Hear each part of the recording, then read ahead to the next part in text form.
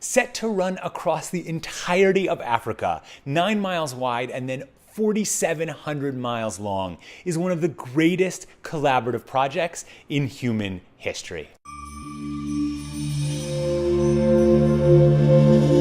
The Great Wall of China was built to stop nomadic raiders from pillaging Chinese villages. But Africa has its own encroaching threat.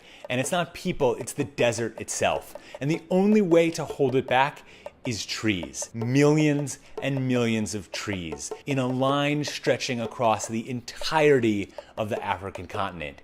It will be the Great Green Wall of Africa.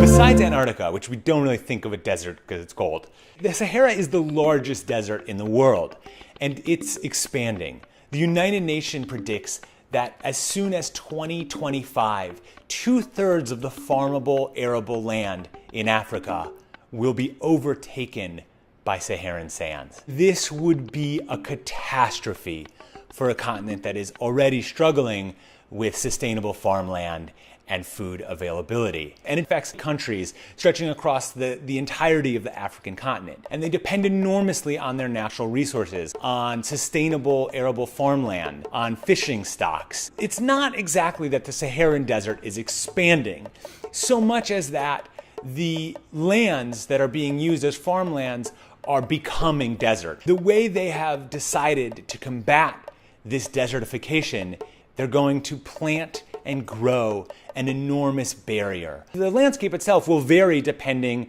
on where it is and what country it's running through. And hopefully will be home to a really diverse set of ecosystems.